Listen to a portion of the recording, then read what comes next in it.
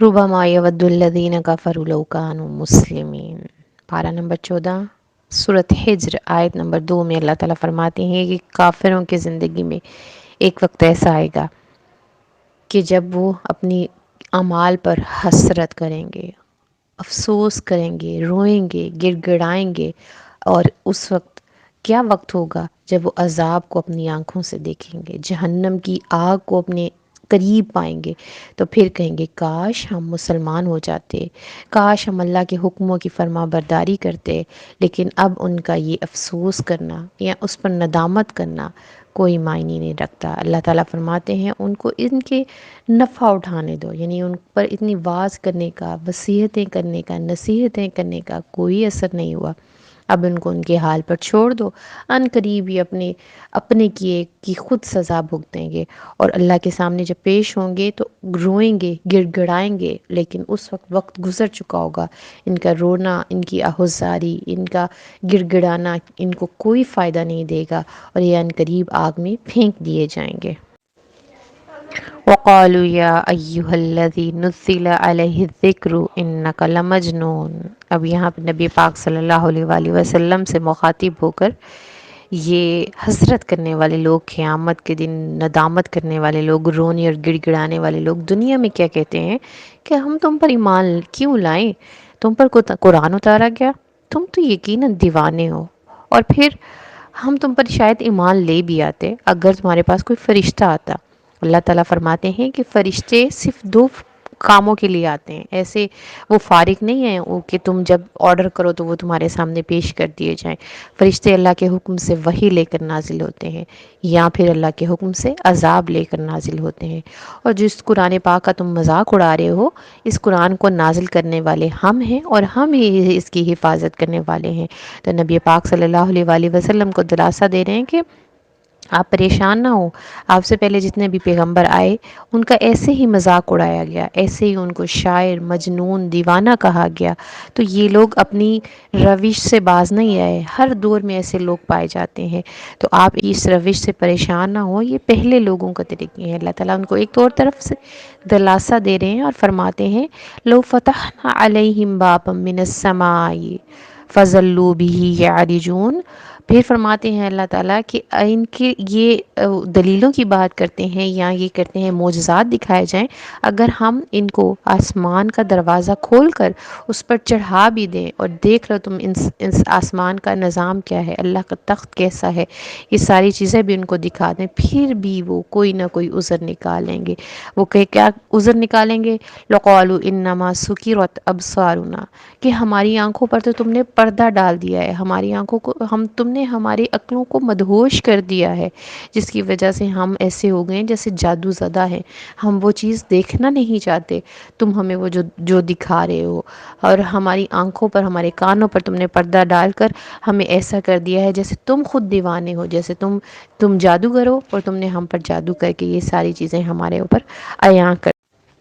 وَلَقَدْ جَعَلْنَا فِي السَّمَاءِ بُرُوجًا وَزَيَّنَّاهَا لِلنَّاظِرِينَ۔ اللہ تعالیٰ سورۃ حجر کی آیت نمبر 16 میں فرما رہے ہیں کہ آسمان کو اللہ تعالیٰ نے خوبصورت بنا دیا بروج سے۔ اب برج کیا ہوتا ہے؟ بلندی،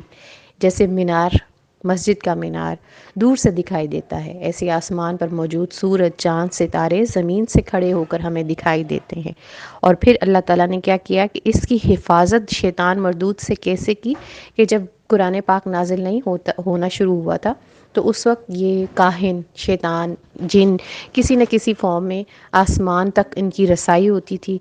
تو وہ کوئی نہ کوئی اللہ تعالیٰ کی محفل میں جو کلمات یا کوئی جو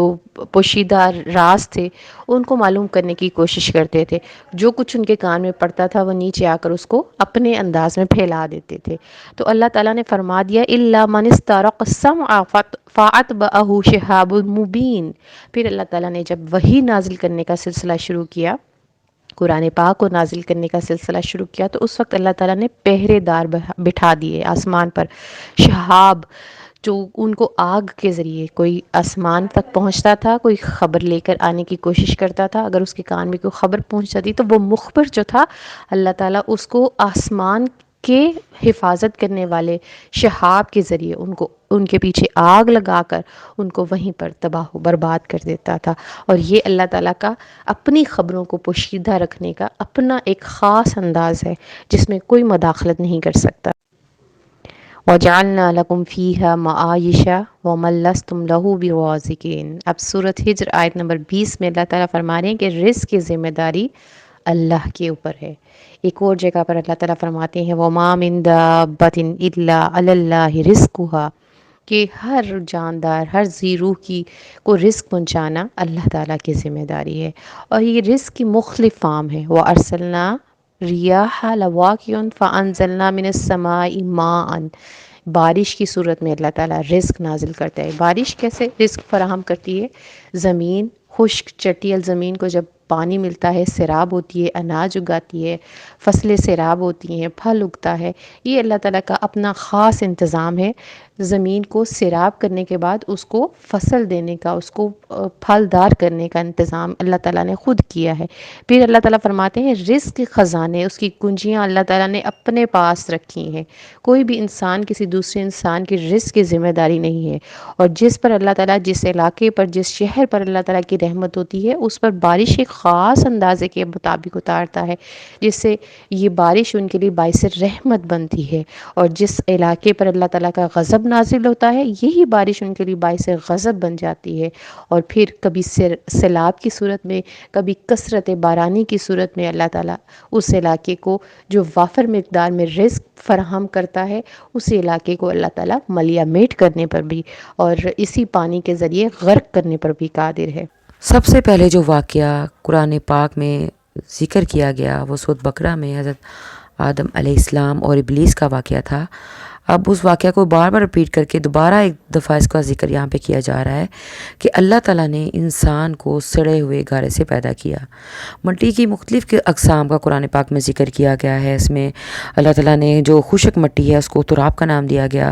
جو گیلی مٹی اس کو تین کا لقب دیا گیا، اور جو ہمہ مسنون تھا یہ وہ ہے جو خشک ہو کر کھن کھر بونے لگے، گلی سڑی ہوئی بدبودار مٹی، تو پھر جب اس کو آگ میں تک پایا جائے تو وہ سلسال بن جاتی ہے۔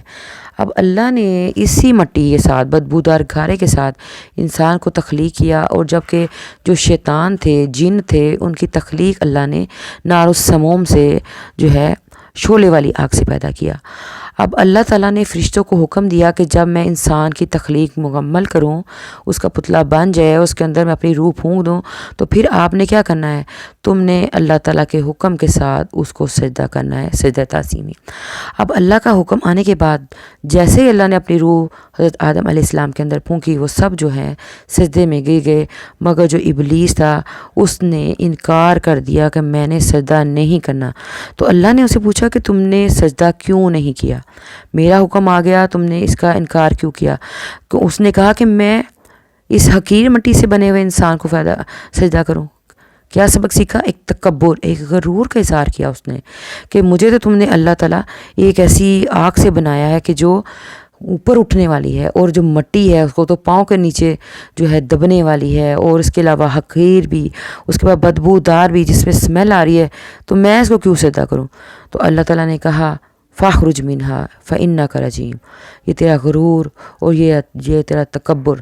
ایک وقت تھا کہ وہ اللہ کا ہر ایک حکم بجا لاتا تھا، لیکن اللہ کے اس حکم عدولی کی، غرور اور تکبر کی وجہ سے اللہ نے اس سخت ناراضگی کا اظہار کیا کہ اللہ نے کہا آج کے بعد تو میرے دربار میں نہیں رہے گا، میرے دربار سے نکل جا۔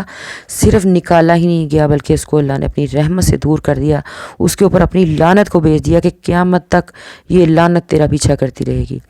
اب جو شیطان ہے اس نے پکی دشمنی کر لی انسان کے ساتھ، حضرت آدم علیہ السلام اور ان کی اولاد کے ساتھ۔ اس نے اللہ سے دعا کی، ہے اللہ مجھے ایک مہلت چاہیے، ایک تیرے سے فیور چاہیے کہ مجھے اتنی زندگی دے دو کہ میں جو ہے نا اس چیز کا بدلہ لوں گا کہ انہوں نے اس آدم کی وجہ سے مجھے اس بلند دربار سے نکالا گیا ہے، تو میں نے بھی ان کو اس بلند مقام تک نہیں آنے دینا۔ یہ اللہ کی ایک حکمت ہی تھی، اللہ تعالیٰ نے اس کی دعا کا قبول کر لیا۔ قال فإنک من المنظرین، تمہیں اللہ نے مہلت دے دی۔ یہ بھی اللہ کی ایک جو ہے آزمائش تھی انسانوں کے لیے کہ قیامت ایک وقت معلوم تک تمہیں ایک زندگی مل گئی، اب تم جو ہے جو کرنا چاہتے ہو کر لو۔ تو اب انہوں نے اسے شیطان نے اللہ سے وعدہ کیا کہ اللہ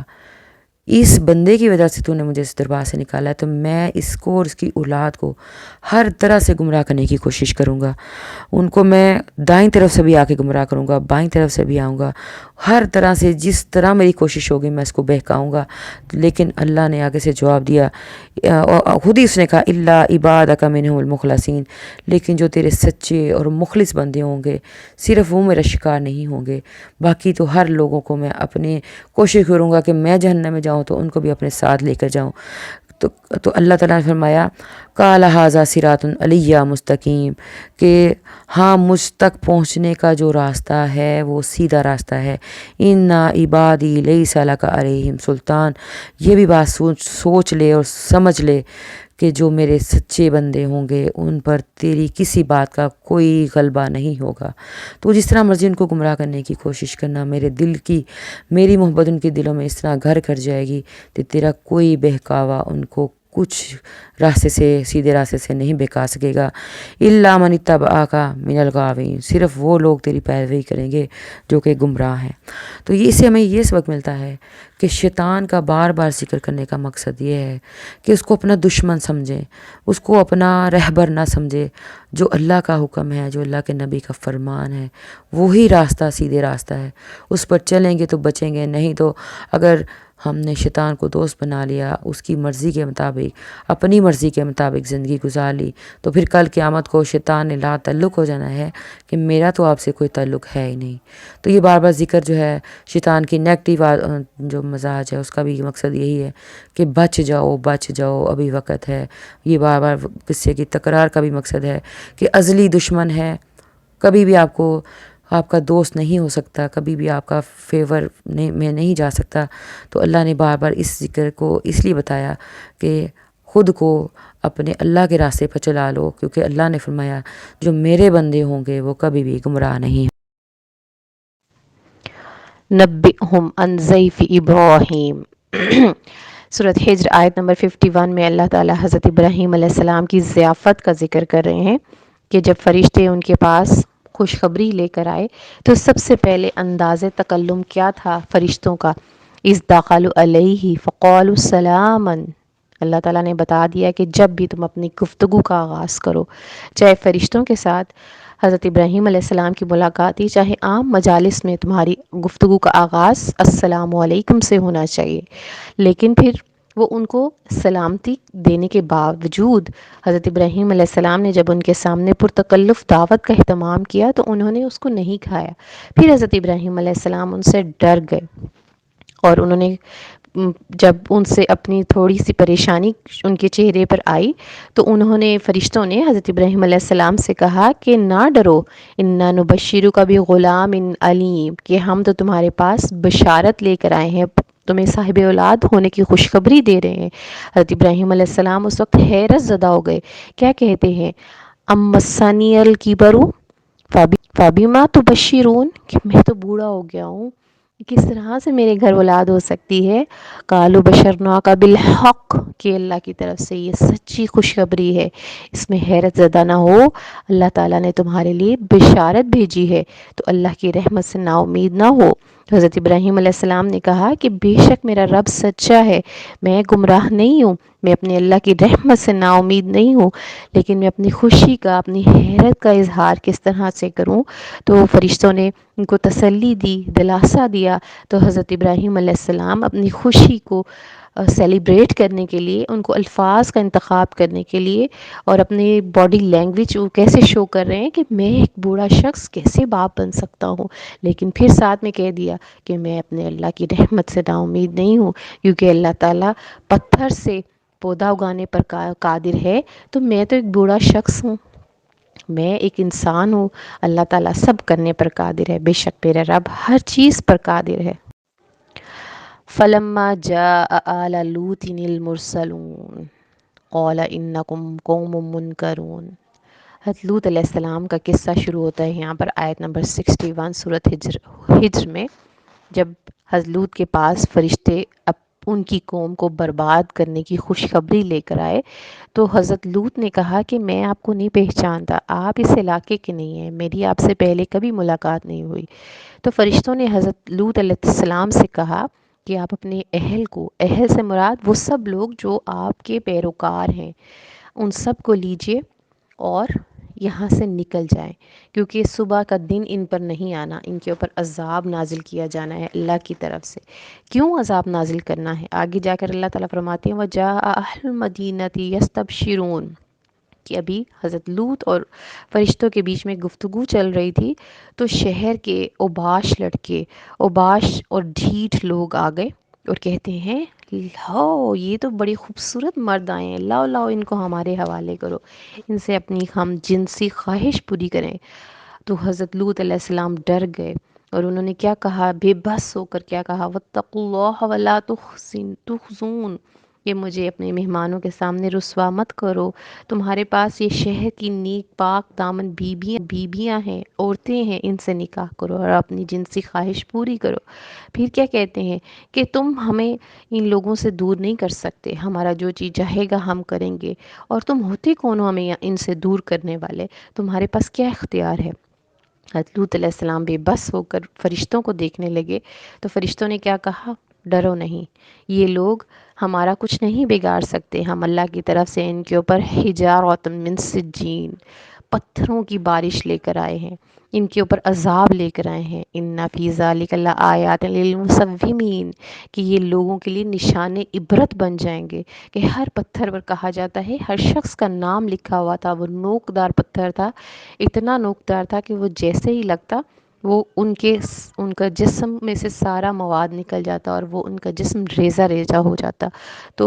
یہ ان کی ڈھٹائی پر، اپنے گناہوں پر جب تکبر کرتے ہیں نا، اللہ تعالیٰ فرماتے ہیں کہ گناہ ہر انسان کی فطرت میں شامل ہے، لیکن گناہ کرنے کے بعد جب اس پر ڈھٹائی کا مظاہرہ کیا جاتا ہے تو پھر اللہ تعالیٰ کا غضب نازل ہوتا ہے، کبھی بارش کی صورت میں، کبھی پتھروں کی صورت میں، کبھی آندھی اور طوفان کی صورت میں، اور کبھی چیخ کی صورت میں۔ وَلَقَدْ كَذَّبَ أَصْحَابُ الْحِجْرِ الْمُرْسَلِينَ، اب یہاں پر اصحاب ہجر سے مراد صالح کی قوم ہے۔ وہ کیا کرتے تھے، اپنے نبیوں کو جھٹلاتے تھے، کہتے تھے ہم آپ کو پیغمبر نہیں مانتے، لاؤ اپنے اللہ سے کہو، اپنے معبود سے کہو کہ کوئی نشانی لے کر آئیں۔ تو اللہ تعالیٰ نے ان کو وَآتَيْنَاهُمْ آيَاتِنَا فَقَالُوا عَنْهَا مُعْرِضِينَ، جتنی نشانیاں دی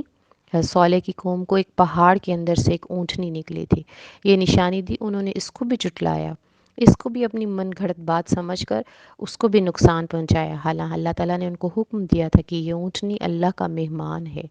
اس کی حفاظت کرنا تمہاری ذمہ داری ہے، یہ جہاں سے چاہے کھائے، جہاں سے چاہے پیے، تم اس کو نقصان نہیں پہنچاؤ گے۔ لیکن ان کی ڈھٹائی اتنی تھی کہ انہوں نے اس کے بھی پاؤں کاٹ دیا اور اس کو ہلاک کر دیا۔ اور یہ قوم کون تھی؟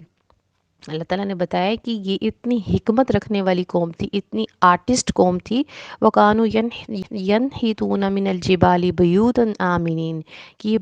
پتھروں کو تراش کر، یعنی کہ اس زمانے میں جہاں پہ اتنی ٹیکنالوجی فاسٹ نہیں تھی، ان کے پاس کوئی اتنی بڑی بڑی مشینری نہیں تھی، لیکن پتھروں کو تراش کر محفوظ، عمدہ اور خوبصورت بلند و بالا عمارتیں تعمیر کرتے تھے اور اس میں رہتے تھے۔